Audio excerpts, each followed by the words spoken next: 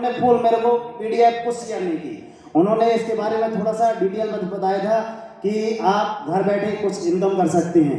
तो उस समय मैं रेलवे में कर्मचारी था, तो मेरी जॉब लगी हुई थी, ITI भी मेरी है कंप्लीट इलेक्ट्रीशियन से। तो कभी कभार मैं उसमें जॉब करता था, दिल्ली आना जाना होता था।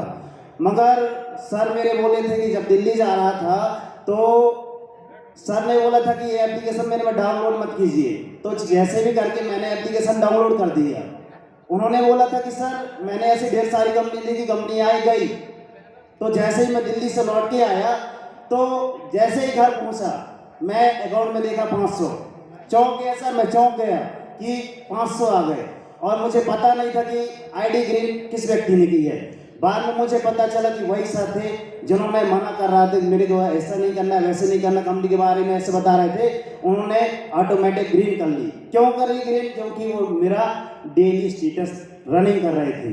तो बहुत बहुत धन्यवाद, आभार व्यक्त करना चाहूँगा हमारे माननीय CMD महोदय को कि आपने इतना बेहतर प्लेटफॉर्म दिया।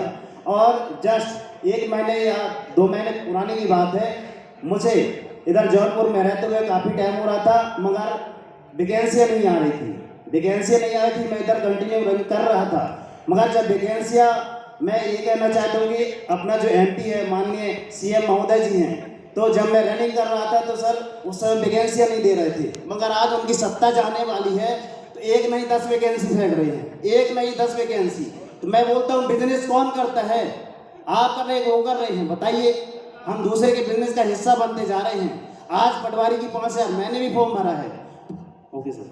तो 5000 वैकेंसी निकली है, मगर उसमें 12 लाख फॉर्म भर गए हैं।